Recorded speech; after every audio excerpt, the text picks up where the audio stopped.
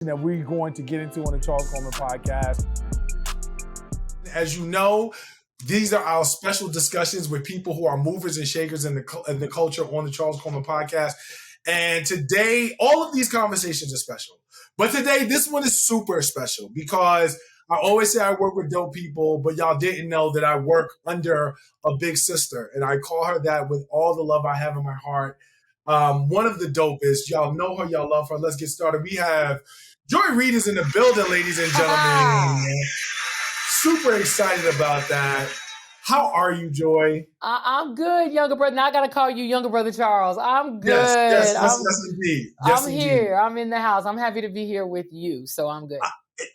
People see us talk and they see us talk on your show, and I'm excited because today I get to ask you some questions because I never get that opportunity. You're always the one asking me the questions. Today I get to ask you questions. I was thinking, though, something I really thought about this earlier today. This is not a trick question, and it's okay if you don't know. Do you remember when we met?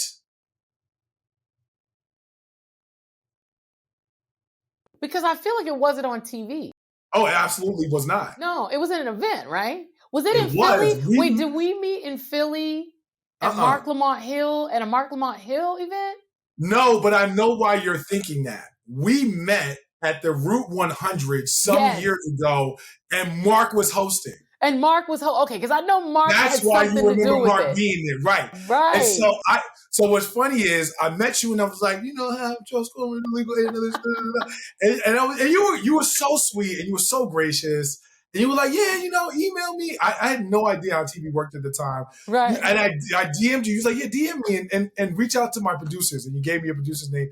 I think you were still doing AM Joy. AM Joy. That was during the AM Joy period. Absolutely. Yeah. Needless to say, you left me on red for years, and I never got on.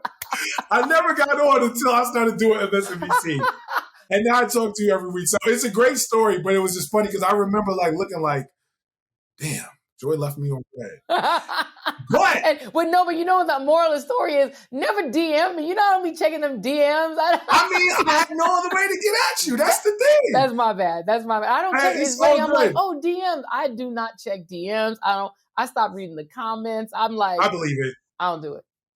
It's funny because the times that I have gotten the most Twitter retweets has been because you've retweeted me. Like every time that you've retweeted me, your audience, your platform, they just go nuts. And so I always am like, hopefully Joy throws me a bone here. I appreciate that. No, I love the blessing. I see. I don't tweet anymore. My whole thing is I don't want to give emo, any content, but I will bless a tweet I like. I'll just amplify other people. Put it out there. No, I feel that. Speaking of which, one of the things I want to get right into with you, you're not a rapper, but you've had some rap beef. And you are not a rapper, but if people would think that media has some beef, you pretty much ethered your man Tuckles. You ethered him after he came for you. He came for you first. He started it. And then you ethered him. What was your reaction when you heard the news that he got the boot? Like, how did you respond? Like, you had already bodied him in the battle itself, so that wasn't even a thing. But what was your reaction to that? Like, did you chuckle a little bit?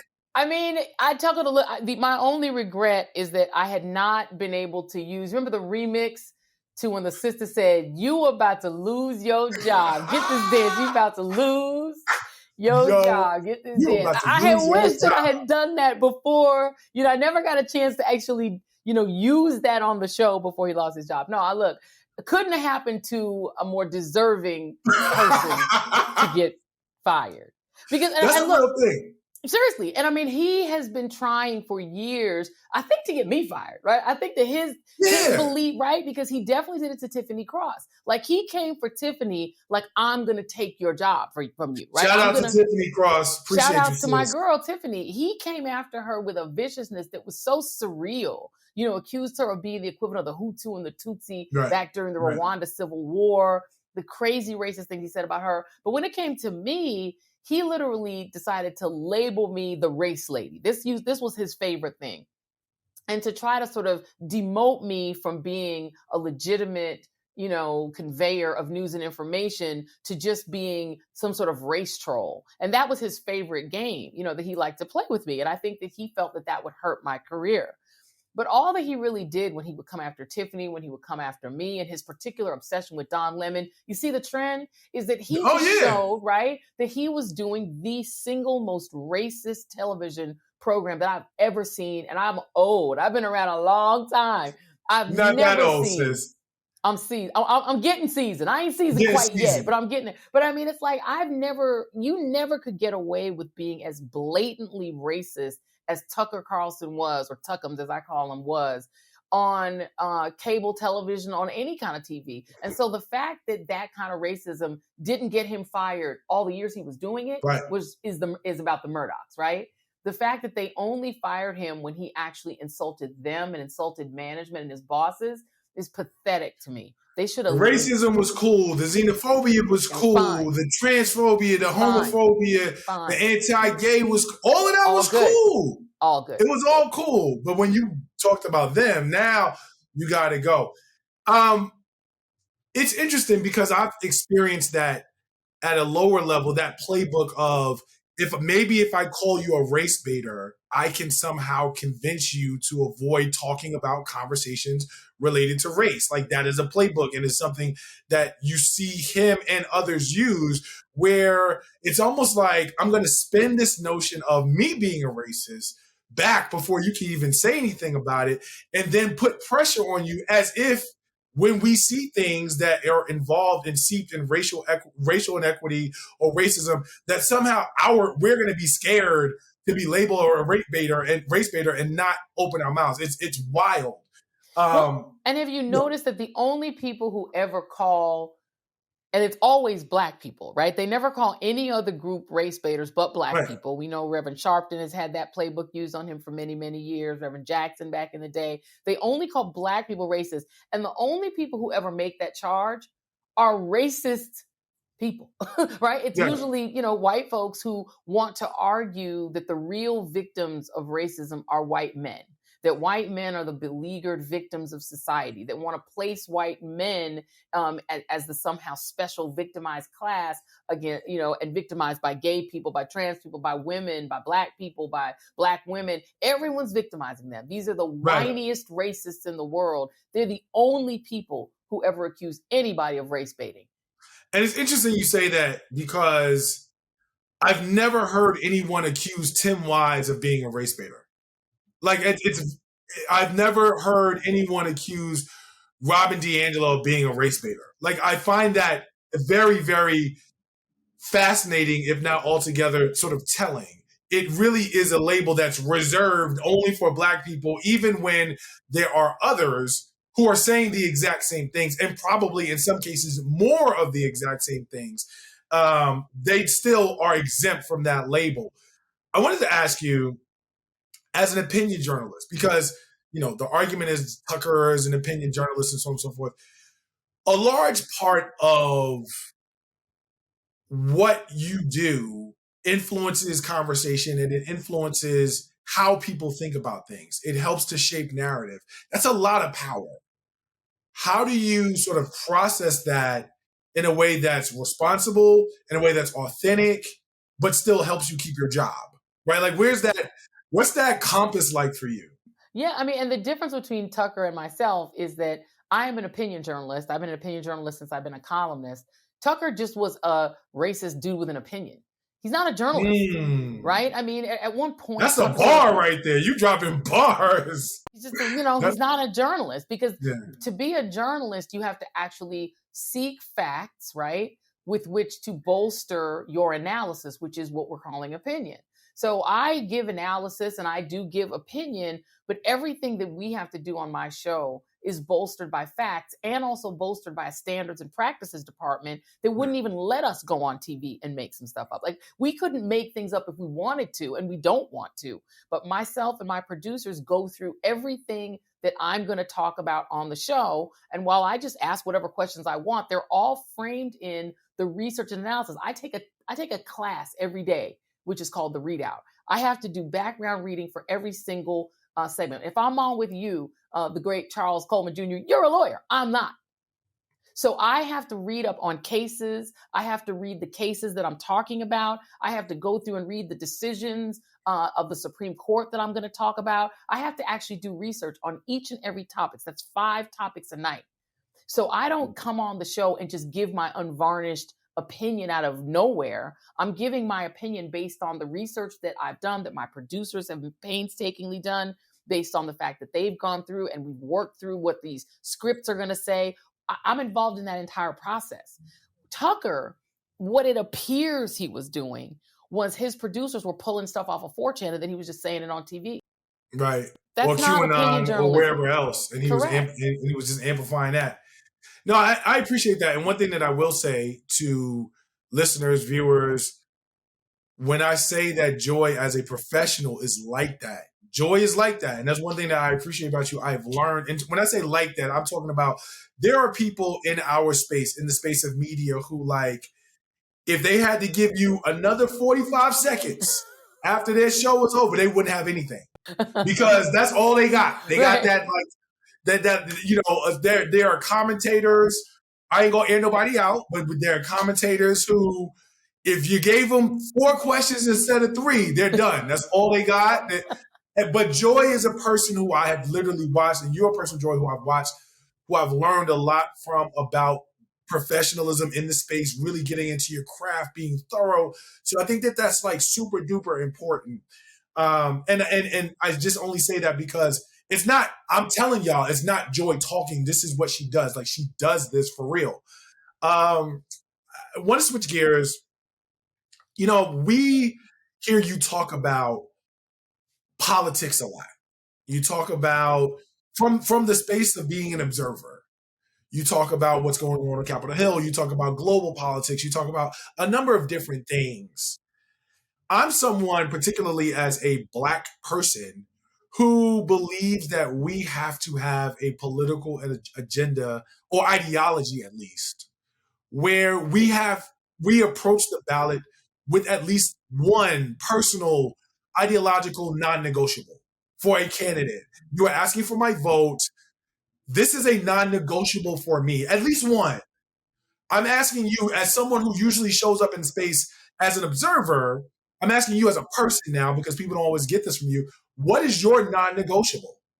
That is a great question, because there are so many things that I have that I consider to be non-negotiable. I mean, I quit this business because I was very anti-war during the Iraq War back in 2004. And my non-negotiable for this career was, like, I couldn't even continue to report on a war that I thought was immoral, the way that I didn't like the media doing it. So I've been at that point where I've had non-negotiables as far as work is concerned. But as far as for candidates and campaigns, my real non-negotiable really is my right to vote. Right? If you're not willing to advance and secure my unfettered right to vote, that is my non-negotiable, because that is how we secure all the other rights, whether it's our bodily autonomy, and our right to decide whether we're gonna, have children or not. Everything else, whether we're gonna, have climate change and not have the planet die on us. Right. You can go through all of it. Police reform. The reason we don't have these things right now is that we don't have an unfettered right to vote. So without that fundamental right, without that 1965 Voting Rights Act, all the other rights that we theoretically had were meaningless. You think about it. We theoretically, at least Black men, got the right to vote, in the 13th, 14th, and 15th Amendments. That was supposed to secure the right of Black people to vote. It didn't. It took another 100 years till we got the 65 Voting Rights Act. So to me, the right to vote and the right to have democracy, meaning that our government reflects the will of the majority of the people. Without that, we have no other rights. So Okay. I have to say that for me, it is democracy and access to the ballot. That's where it starts for you. It makes sense in as much as everything does flow from that. So any other non-negotiable that you have, you can sort of begin to engage through that process. But if you don't have that to start, what are we talking about? So that makes sense. Is there a particular area, because there's so many different things that and you alluded to this earlier, you have to be so seeped in terms of everything that's going on in a show that has a few blocks a night. You can't cover everything, right? So what's something that you're watching or keeping an eye out on, or you feel like really does need some more attention that may not have been getting the type of shine or light or exposure that it needs, that you've been concerned about, political or otherwise, in the news? I think right now the thing that I am the most disturbed by and the most alarmed by is the attack on education and the attack on history, because there has been a concerted effort to erase Black people from the history of the United States that has been a 100+ year project of white supremacists. The idea of trying to hide the ball on what they always wanted to do to us, which was to have our labor, own our labor, not compensate us for our labor, and give us no rights as a result of our labor. That was the beginning of the United States. People can get mad at Nicole Hannah-Jones and the 1619 Project all you want. You cannot get away from the fact that there is no United States if there is no slavery. The only reason they broke from the British is because they wanted the slaves, but not the taxes. They wanted the slavery without having to pay taxes to the crown, and they wanted slavery forever. The South seceded because they wanted slavery forever. They never wanted us to be full citizens. This country was written with us not involved in the citizenship aspect of being an American. We were never intended to be full citizens, not according to these, precious founders. Not because of them folks. No, we weren't. We were property, and that's all we were ever. That's why it's called chattel slavery, like cattle. And so, to me, trying to go back to a premise that Black people have just been happy cattle from 1619 on, blissful field slaves, and trying to hide the kind of basic, obvious facts of how we got where we are, to me, is so outrageous, and it's so intentional. And the fact that right now it's so aggressive. They started with this pretend critical race theory argument, which they basically dropped now. And now they're just saying, nope, we're just going to ban all the books by the Blacks. Right. All the books by the gays, all the books by the Jews too. But we're going to start with the Blacks. We're going to take Black history, remove it, to the point where they were even saying you can't teach Rosa Parks from the standpoint of talking about her race. So basically, you just can't teach her. You can't teach Dr. King. You can't teach Ruby Bridges. They want us gone from the history of this country, but there's a reason they want that, because they want to continue to exploit our labor and exploit us without giving us full citizenship. And you can't do that to an informed people. And you can't do that if white people who are empathetic to us are also informed. So they want white empathy erased, and they want Black power erased. And that is something we cannot stand for. Well, I think the notion of that level of privilege and control in a lot of ways is dependent on an uneducated or an undereducated population. And so when you look at prior to 45 being in office, the 8 years that were, there are a lot of people who were like, quite frankly, this shit is getting out of hand. And in terms of, and so in order to rein that in, the only sort of pathway was we have to get folks to unlearn this, because that's the only way we are going to be able to reestablish what control we had in this space that we've now lost. And so I also share that as a huge concern of mine. I think that it is among a number of different things that are on the radar that are easy to digest that people may not necessarily understand. And there's something else you said that I thought was really important. This is just the beginning. This is just where it starts. And for anybody out there who is thinking of themselves in the construct of being an ally, understand if you allow this domino to fall, guess what's next? Your group is going to eventually be on the chopping block. And we've seen sort of glimmers of that. And it shouldn't take it getting to just affecting your community or your group of people or whoever it is that you identify with being in the center for you to say, this is wrong and this is a problem. So I appreciate the fact that you identified the notion that this is really just where it starts. There are other groups that are being targeted, not nearly necessarily as much as we are right now, but will eventually be the focus if we don't stop this really, really soon. Well, I mean, the thing that's so funny is that I think people forget that there is a unified theory of American dominance, right? There's a unified theory of the way this country was created. It was created by oligarchs. It was created by very, very rich men that owned other people in their own minds, right? And who wanted to perpetuate a system that kept them extraordinarily, extravagantly wealthy. Well, how do you do that? you have to make sure that everyone that isn't you never unifies against you. Racism is very convenient to rich people, because if you keep people fighting amongst themselves, they'll never look at you. They'll never notice what you're doing to them. Never worry about it. Yep. Right? And what is it that they don't want? They don't want empathy. Not just empathy for Black people, but empathy for immigrants, empathy for gay people, empathy for trans, which they're really fixated on right now. But why don't they want that? Because you notice what happens when young people consolidate around the idea that they don't want to get shot in 4th grade. And these are not just Black people. These are Black, white, Latino, gay, straight. All these young people are all agreeing on that. They're worried that's going to move policy, right? They know when people empathize with each other and combine across racial lines, they can move policy. What they're afraid is that the policy they're going to eventually move is against oligarchy. And so they want to constantly keep us all at war with each other and all hating each other more than we hate the oligarchs. And so I think what we have to do is do more of what you're seeing a lot of younger people doing, which is to cross those boundaries and realize we have to be empathetic toward our LGBTQ brothers, because we're on the menu, they're on the menu. Women are on the menu, children are on the menu. They want child labor back. Think about the things that it's happening in certain states like Iowa, whose state house has recently passed revised child labor laws, and people are like, oh, that's great. It's going to make it more difficult. No, it's making it much easier for children as early as 13 to sort of be subjected to working and being in spaces that, quite frankly, are not suited for young people to be in at that age. So yes, you're right. The child labor thing, also a real issue. I got 2 more questions before we get out of here. One of them is, I was at, for those of you who don't know, I am a proud member of Omega Psi Phi Fraternity Incorporated, and Joy is a proud member of Delta Sigma Theta Sorority Incorporated. I was surprised. Let's get one more, because this is going to be the screenshot. Oh, here we go. There you go. Love it.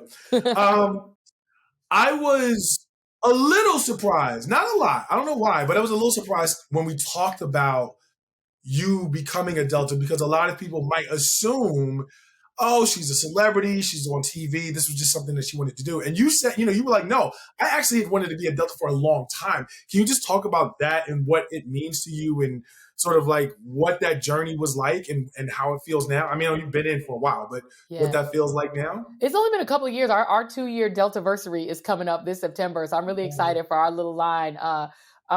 So basically I grew up, my mother was from Guyana. My father was from the Congo. So we didn't have this tradition in our family at all. The first person I ever heard about that was in Delta Sigma Theta was Shirley Chisholm. And I became my mother was obsessed with Shirley Chisholm, and I was obsessed with Shirley Chisholm. We were both super fans of hers. So when I got to Harvard, being a little Shirley Chisholm a fan girl, I wanted to kind of do all the things that she did. And I was like, I got interested in Delta Sigma Theta because of that. And I really wanted to do it. I thought this would be so cool. I talked to my sister about it when she was at Brown, and I was like trying to encourage her to do it. I was like, this is something that we want to do. Well, then I found out that it wasn't free to join. So I still remember freshman year, I went up to the little sign that was up, and it said all the requirements and things. And then I saw the cost. And by then, my mother had passed. I was a motherless child on scholarship, working 3 jobs, washing blackboards, waiting tables, doing everything to just put myself to school. I didn't have any extra money. I was so broke as a college student, trying to put myself through and pay my own tuition, that I just couldn't do it, and I always would, we would go to a lot of the parties and everything, because so the sororities and fraternities weren't on the Harvard campus. They had pushed them off campus. So you did everything at MIT. So we would go up to all the MIT parties. My best friend, Shotzi, and I, who both wanted to be Deltas, we would just go to all the parties. We would go to the step shows. We, had a lot of friends that were in Delta Sigma Theta. I just always thought it would be so cool to do it, but I just never could afford it. So I got all the way through college, never was able to do it. I thought about pledging grad chapter when I was when we had moved to Florida. One of my very dear friends who actually traveled with me when I actually got inducted. She actually was my roommate. She stayed with me, was one of the few people who knew that I was getting in. And I was so determined to join, but it just, life happened. I had 3 kids, I'm living life. I'm doing my thing, trying to raise children, deal with working. And I just never was able to do it. And so I kind of had thought this is just a dream that was not going to happen. And And my poor friend Jackie Reid, my soror sister cousin friend Jackie Reid, she got so sick of me talking about how much I wanted to be a Delta. She was like, don't ever say it again. Stop. So she must have willed it into the universe. I don't know who did it, but there were so many people who thought I already was a Delta because I just knew so many Deltas. And when I wrote my first book, the Deltas held me down. Like every event I did, half of them were Delta events for my book. They would just invite me to stuff. They were just so warm and open, and I just love them. And I will shout out the AKAs too, because they did a lot of stuff for me too. My very best friend is an AKA, so that was always an issue. That was interesting, I'm sure. She's an AKA, and I tried to get my daughter to be a Delta Gym, and she was like, if she must. We always would have this debate. But yeah, so when I finally got inducted, when I tell you it was a lifelong dream, Charles, I'm talking about lifelong since I was 17 years old. Wow, that is amazing. Shout out DST 1913. I love it. Last question before I let you go. We play a game on the Charles Coleman podcast when we have our Black Brilliance branded conversations. This is life or death hip-hop karaoke, all right? Life or death hip-hop karaoke. I'm not going to make you do the verse necessarily, because people think they're better at karaoke than they actually are. Let me tell you, I tried to do 99 Problems at karaoke with my daughter for her birthday, and I thought I was going to have it down pat, and I was like, oh, I was not that great at that. So you got aliens that come down from the sky and they grab your daughter and they say, Joy, we've got your daughter. You get one verse from one hip hop song for hip hop karaoke that you have to get perfect.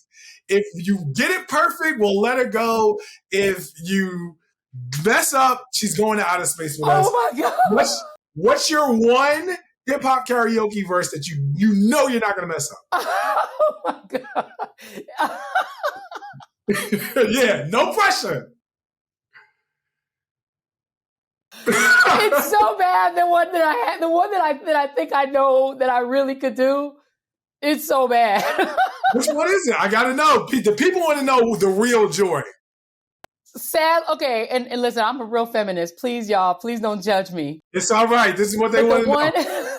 The one that I really feel like I could do is Biggie. I feel like I could do it. First things first, I papa freaks all the honeys, bunnies, Playboy bunnies, girls wanting money. What is it? Those are ones I like because they don't get Nathan but penetration unless it smells like sanitation. I turn like doorknob. Heartthrob never, black and ugly as ever. However, I stay Gucci down to the socks. Filled with rocks. And my jam knocks in your Mitsubishi. Girls pee-pee when they see me. Navajos creep me in they teepee. As I lay down like diamond carpet. Stop it if you think you're going to make a profit. Yeah. Don't see my ones, don't see my guns. Now tell your friends, Papa hit it, then split it into as I flow with the junior mafia. I don't know what the hell's stopping you. I think that's all I got. All right, we're gonna give you. Close. It wasn't perfect. We'll give that to you. That was off the dome. Joy Reid. I'm a feminist though. You are spinning one more chance. This has been an amazing discussion on the Charles Coleman podcast, our Black Brilliance branded conversations. I can think of no one more brilliant than the wonderful Joy Reid. I want to thank you for joining us. Thank you for your time.